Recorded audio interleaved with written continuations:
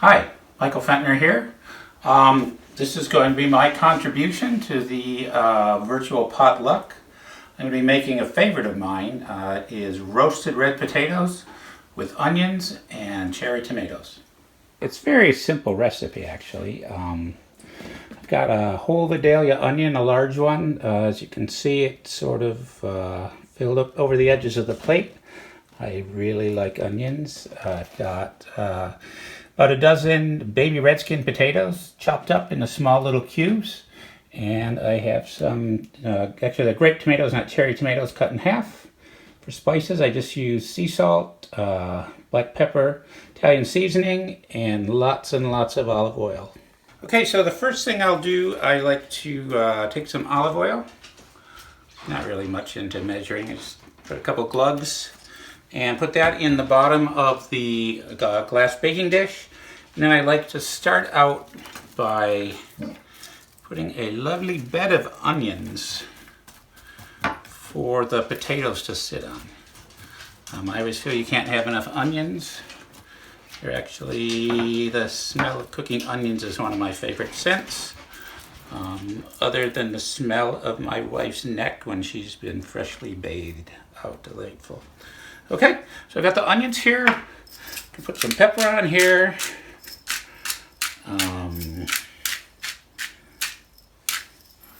Some salt. I'm starting to run out, so I'm going to have to grab another one. Some Italian seasoning. Sprinkle some of that on there.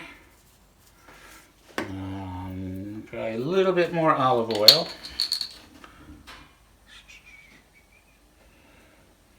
And then I'm going to stir that up a bit. Okay. Just to get them all coated.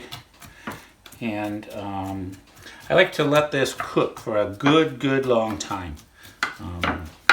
Earlier I had preset my oven to 375. It's a little bit higher heat, but it does a nice job cooking these down. Next I'll put in my potatoes.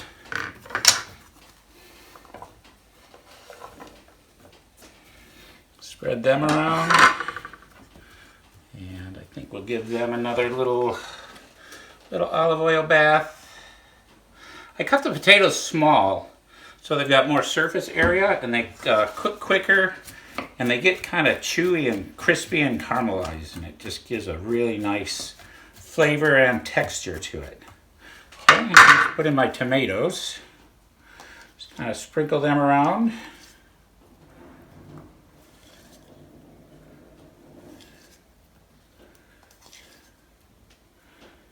Them just kind of nestle in here. And then I like to put, I guess, a little bit of more spices, some more pepper, some more salt, Italian seasoning.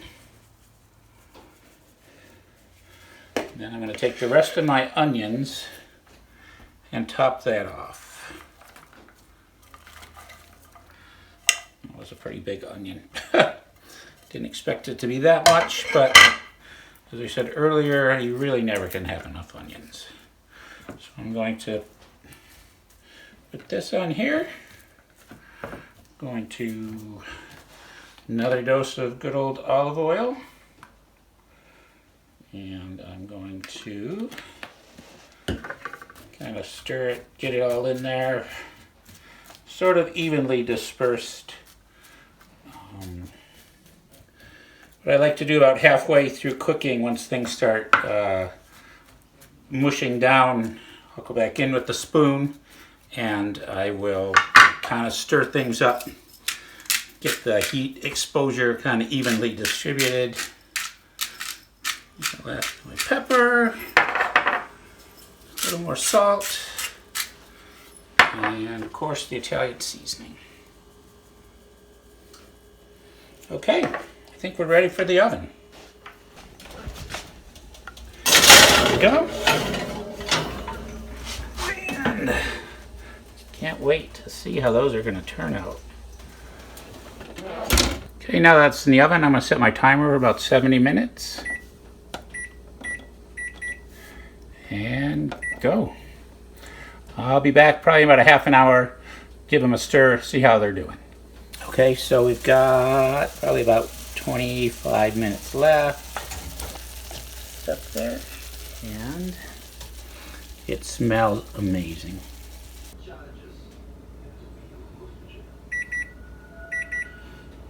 All right, let's go see what we got here. Okay, we're done. I gave myself another 10-15 minutes just to let it cook a little bit more. Very shortly I will put it on the plate and we will take a look. Okay, we are done. I am just ready to eat. Take a look at that. While I was cooking the potatoes, I cut up a few boneless, skinless chicken thighs, cooked them up in some olive oil with some curry and garlic powder and salt and pepper. So here we go. Oh, look at that. I just want to remind you, wash your hands frequently and don't touch your face. Okay.